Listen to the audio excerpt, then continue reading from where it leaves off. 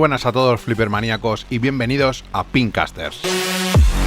Esto que estáis viendo es mi Alien Ripley Versions antes de la instalación del kit de Flasher. Renovaremos varias partes, como la parte izquierda de la rampa, la parte derecha donde recibe la bola, el lateral derecho con Flasher, y esta pieza que yo creo que es primordial, una sirena que va al fondo a la derecha con efectos espectaculares.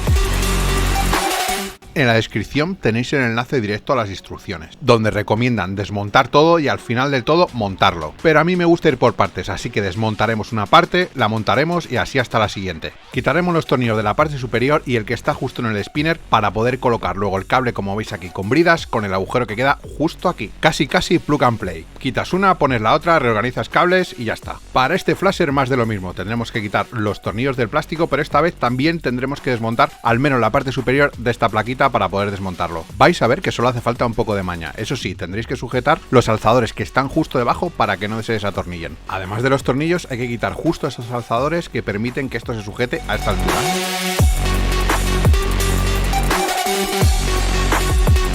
Ahora ya quitar los tornillos de la parte del plástico. No olvidéis sujetar justo debajo los alzadores.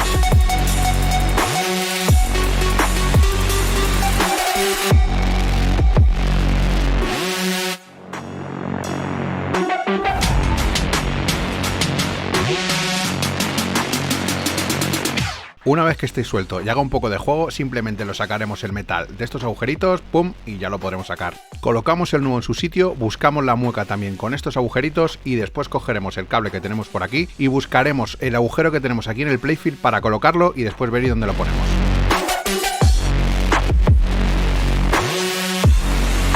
Vamos colocando los tornillos y atornillando. A mí siempre me gusta poner varios y luego apretar del todo, no apretar siempre el primero a tope. Como decía antes, cogemos este cable, lo metemos por este agujerito del playfield, lo sacamos, colocamos una bridita para dejarlo todo colocado y en la siguiente fase lo dejamos fino. No olvidéis dejarlo un poquito tenso, pero no demasiado.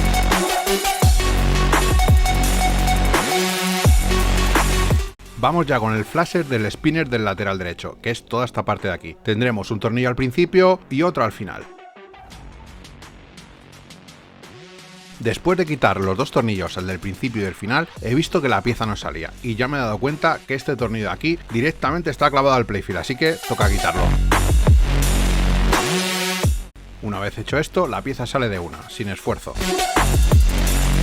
Ahora toca hacer sitio para todo el cableado. Para ello quitaremos estos dos tornillos de este plástico de Harley's Hope y dejaremos al aire un agujero bastante grande. Por aquí meteremos tanto el conector del anterior flasher como el de ahora, el del spinner derecho. Lo dejaremos todo colocado para que no haya ningún problema con el pase de bola.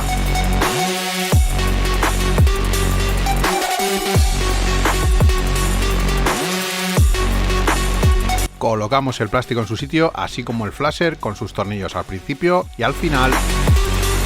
Recordad dejarlo todo recogidito, que no haya cables de por medio que puedan interferir en la bola y si hay que utilizar más bridas, adelante. Vamos con la parte más chula del kit, esta mini sirena que irá en la parte trasera.